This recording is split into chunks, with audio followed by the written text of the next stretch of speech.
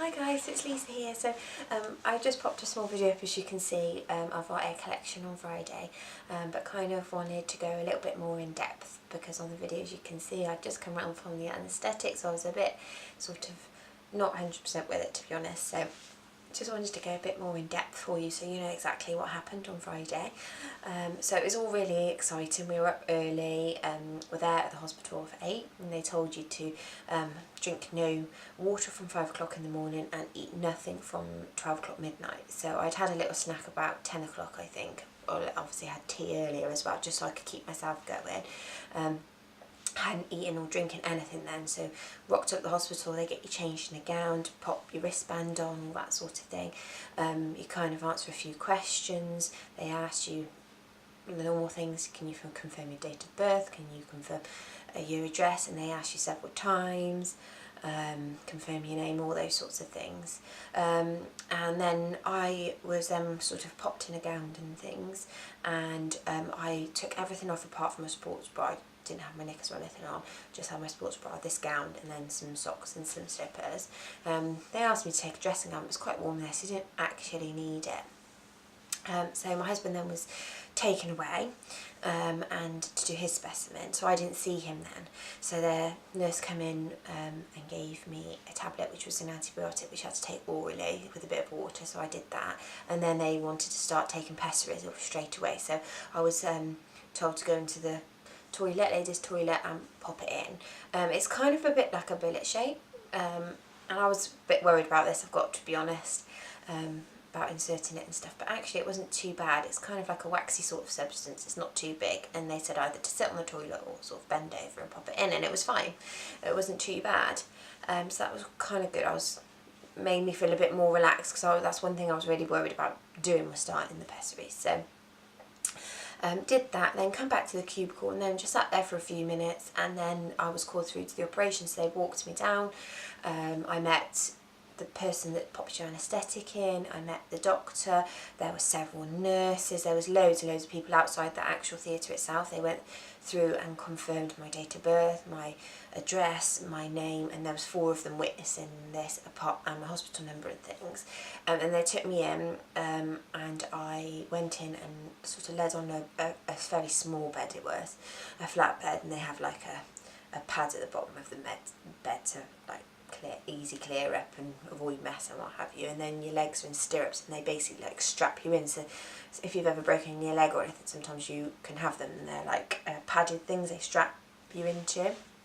So I had that, and then they asked me, am I alright with sort of needles and about any sort of allergies and stuff I have, and the only allergy I had was to a certain antibiotic, so it actually wouldn't affect the treatment in any way. So they popped the cannula in, and the nurse was kind of distracting me, but actually didn't really hurt that much, just basically I had to taking blood or having an injection. It wasn't too bad. And then they kind of said to relax, and I was obviously made comfortable, pillows and things like that, and they said, the anaesthetic gentleman actually said, it'll start kicking in a minute. And that is pretty much all I remember. The only thing I remember is my last thought, thinking, do I need to keep my eyes open for as long as possible? And I thought to myself, do I need to ask them that? But after that I don't remember anything else. And I was asleep, and then the next thing I know, I was sat in the cubicle back with my husband. I was a bit drowsy, and the nurse was on the left side of me and my husband was on the right, and they kind of let me come around, and they got me a glass of water and a cup of tea and some biscuits, as you can see from the video.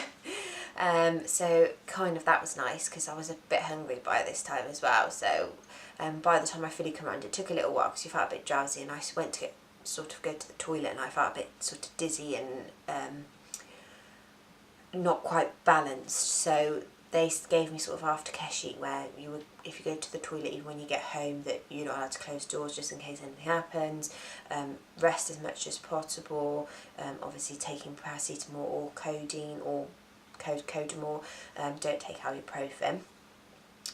So that was fine. So they gave us all the aftercare we needed, and then we heard from the nurse to check that we were okay, and she said that actually they got 6 eggs, which was fantastic, so we were really pleased. And it was basically the amount of big sort of follicles we had in the ovaries, which was great. So because they can't actually guarantee that they can get an egg from each follicle, but we had 6 big follicles and they got 6 eggs, so we were really lucky. So we were kind of pleased with that, which was fantastic news actually. And then we were kind of, after we'd had a cup of tea and after we'd been to the toilet, because they like to make sure you sort of, back to normal and regular and feeling okay and ready to go. The embryologist also came and saw us, and she said that the eggs that they had taken and the sperm sample they had taken would be put together, and they would call us tomorrow to let us know how many have fertilised, and that we were then free to go basically. So we got to get ourselves changed and head out the door when we left. I had a lot of cramps, I've got to be honest. Generally I felt fine. I didn't think I was going to feel as bad as I didn't feel as bad as I thought I was going to feel, sorry. So that was good. I just had lots of sort of crampy period type pains. And as the day went on, we were able to sort of come home and I was able to rest at home, which was great. My husband made me a lovely breakfast and things. We were actually only in the hospital about 2.5 hours in total. So it was really, really quick. But when we got home, I was just able to relax and not do anything. But I had a hot water bottle and obviously took some Cocodamol if I needed it. I think I only took 1 or 2 lots on Friday because it wasn't excruciating pain, it was just like a dull achy sort of pain, and you feel very bruised as well. It's really hard to explain the feeling. So the sort of period pains left, but it was that dull ache that was kind of left. So generally I did feel alright though. Like I said, I thought I was going to feel a lot worse, which I didn't, so I was really surprised. So obviously went to bed in the evening, woke up the next morning, and we were told that the call would come before 2 o'clock, so we were kind of waiting all morning. I actually did have 2 clients as well on Saturday morning, so I did those, and actually while I was in with those, they rang my husband. So the embryologist spoke to my husband and said that we had 3 fertilised out of the 6, which was great. So that's half, that's 50%, which is lovely. And they said that potentially, depending on how they develop between now and Monday, the transfer may be Monday or it may be Wednesday. So it might be either a 3-day transfer or 5-day transfer.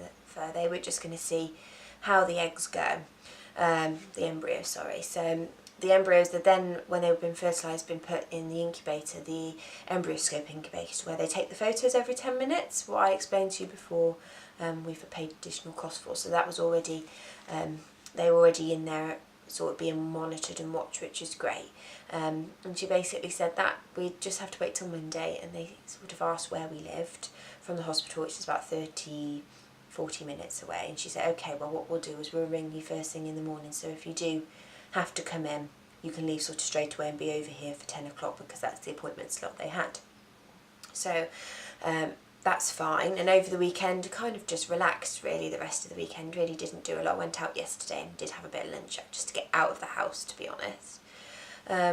Starting to feel more like myself again. Still a bit bruised is probably the word, and you do get a little bit of discomfort, but it's nothing you can't handle, so it's fine. And each day it does get easier today. I'm feeling much better, which is great.